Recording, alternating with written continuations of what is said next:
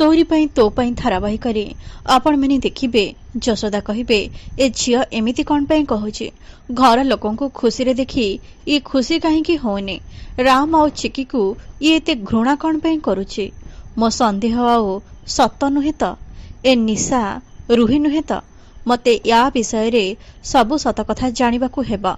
यापर से राजन को फोन करी निशा विषय रे खबर संग्रह करने कहिबे। एपटे कामिनी चिकी गणपति विसर्जन रे 9 जन पिलांकु डाके अन्न भोजन करैबाकू कहिबे।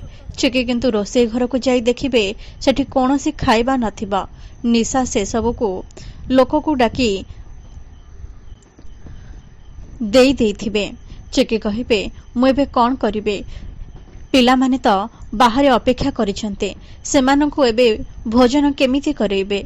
एपटे कामिनी कहिबे कौन है चिके तू खाइबा नेगी कहीं आसिलुनी।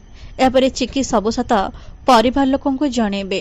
कामिनी कहिबे एबे कौन हेबा मु तो किछि भी बुझी पारुने जदि खाइबा नहीं ताहले अन्य किछि खाइबा बनै दे। चिकी कहिबे घरे कोनोसी राशन जिनिस भी नाही एबे खाइबा बनेइबा केमिति ना आज भली एते खुशीर दिन रे मु किछि भी अनर्थ हबाकू देबिनी। पिलांक पई मु जेमिति भी हेले खाइबार व्यवस्था करिबे। एपटे निशा भाबिबे ए घरे ना पूजा हेबा ना ए घर को खुशी आसीबा।